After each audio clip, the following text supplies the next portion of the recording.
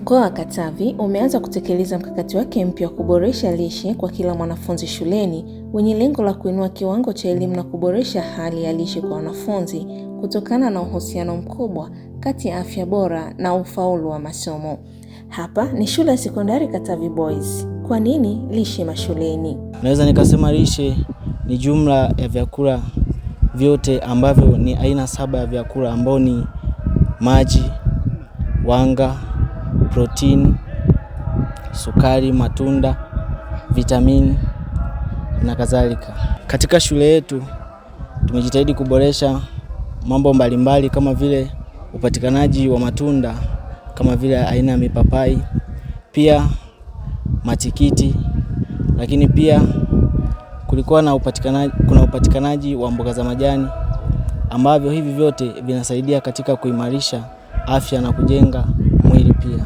Kwanza kupitia eneo hili ambalo tunalo Mungu ametujalia ni kubwa sana. Tunapata vitu vingi. Mfano tumeweza kupanda kupitia eneo hili, tumeweza kupanda miche ya matunda, miti ya vivuli, tumeweza kupanda mboga. Pia tuliweza kupanda matikiti kwa ajili ya kujipatia manufaa yetu sisi wenyewe au kwa manufaa ya shule yetu pia.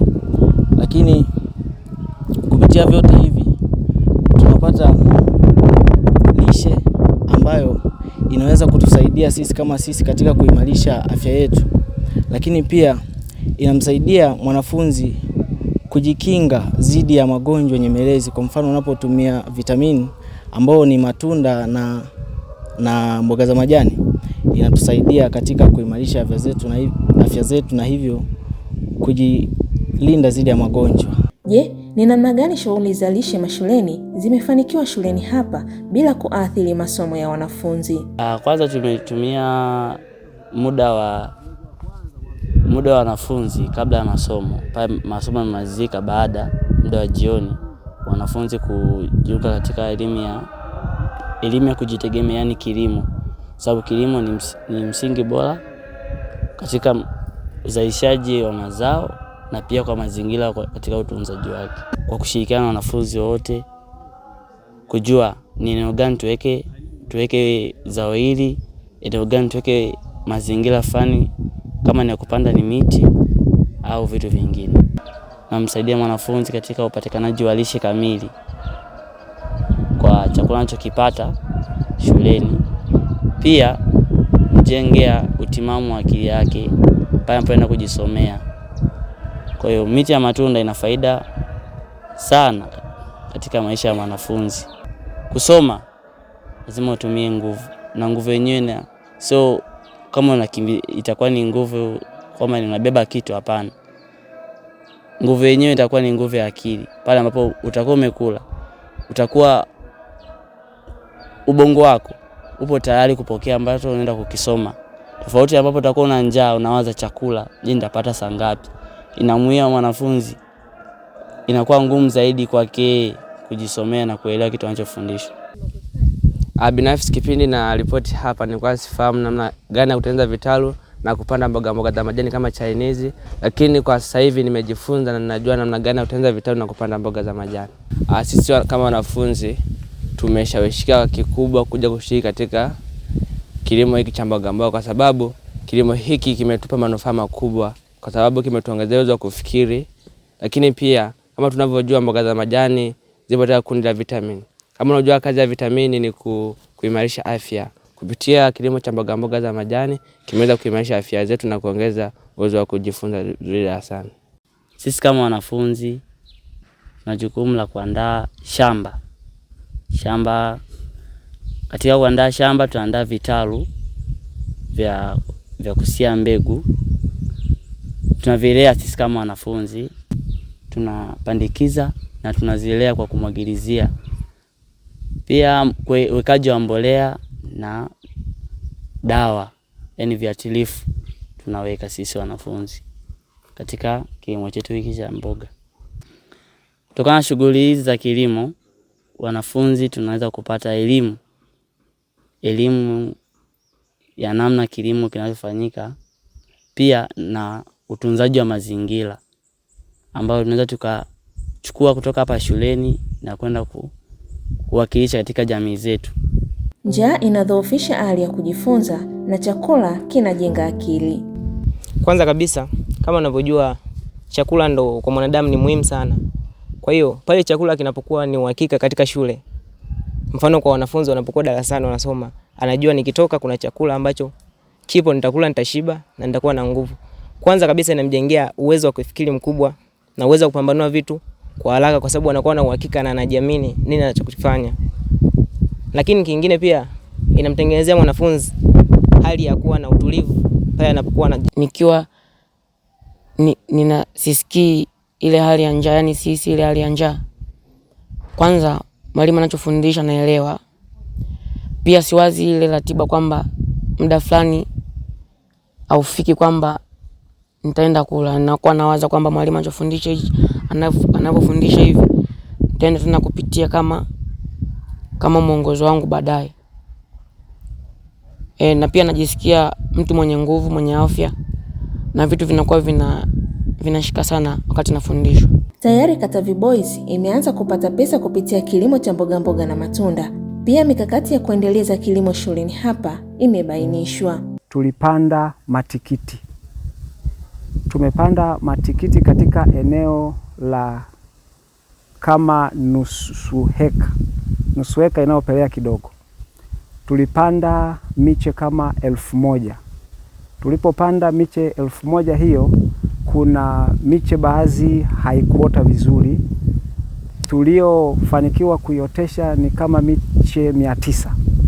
Tumeitunza ile miche mpaka mwisho. Tumepata matunda wakati wa kuvuna, tumepata matunda kama 800 na kitu. Yale matunda 800 na kitu, kuna matunda baadhi tuliyatenga kwa ajili ya wanafunzi kutumia kama lishe. Lakini kuna yale matunda ambayo tuliyapeleka sokoni sasa kwa ajili ya shule kujipatia kipato. Mikakati yetu, huu ni mwezi wa 4 sasa. Tumevuna mwezi wa 3, huu tunaingia mwezi wa 4.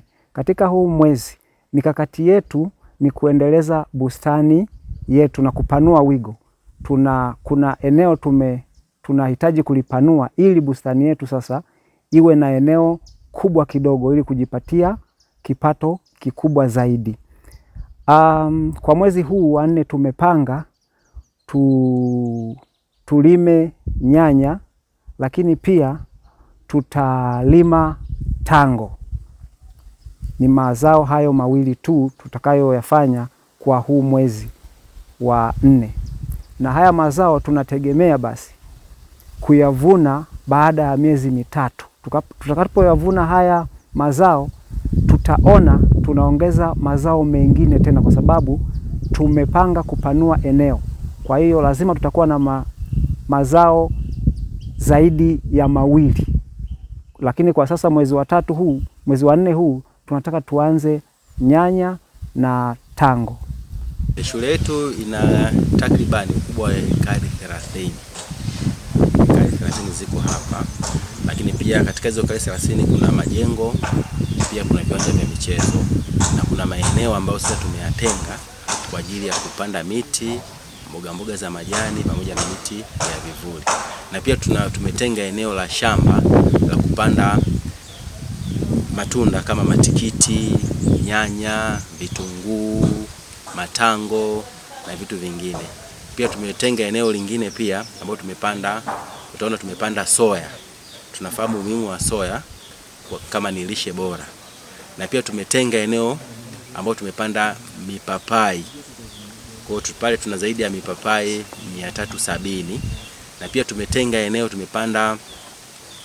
tumepanda mipela. Pale tuna mipela zaidi ya 60 iko pale. Lakini ndani ya hiyo mipela tumepanda viazi vitamu ambavyo vitatumiwa na wanafunzi nafikiri kuanzia mwezi wa 7, mwezi wa 8 ambavyo vitakuwa vimeshakomaa. Kwa hiyo eneo letu tumeligawa katika mtindo huu. Lakini pia tunapanda miti ya matunda, machungwa. Tuna zaidi ya machungwa 200 tumeyapanda kwenye hii shule, ambayo bado saizi ni madogo, na tunafikiri kuanzia mwezi mwaka kesho kutwa tutaanza kupata matunda tutaanza kupata machungwa kutoka katika miti tuliyopanda, lakini miti hiyo tumeipanda katika maeneo tofauti tofauti. Yaani sisi tumeamua miti ya vivuli iwe michache. Tunapanda miti mingi, lakini miti ya matunda ni mingi kuliko miti ya vivuli. Tumefanya hivyo kwa lengo kuhakikisha kwamba wanafunzi wanapokuwa hapa shuleni, huu mti tutamsaidia kwenye tunda, lakini huu mti tutamsaidia kwenye kivuli. Kwa hiyo pia huu mti utangalisha shule. Kwa hiyo mti utakuwa unatumika katika matumizi zaidi ya matatu. Yaani utakuwa ni kivuli, utakuwa ni tunda na utaboresha muonekano wa shule yetu.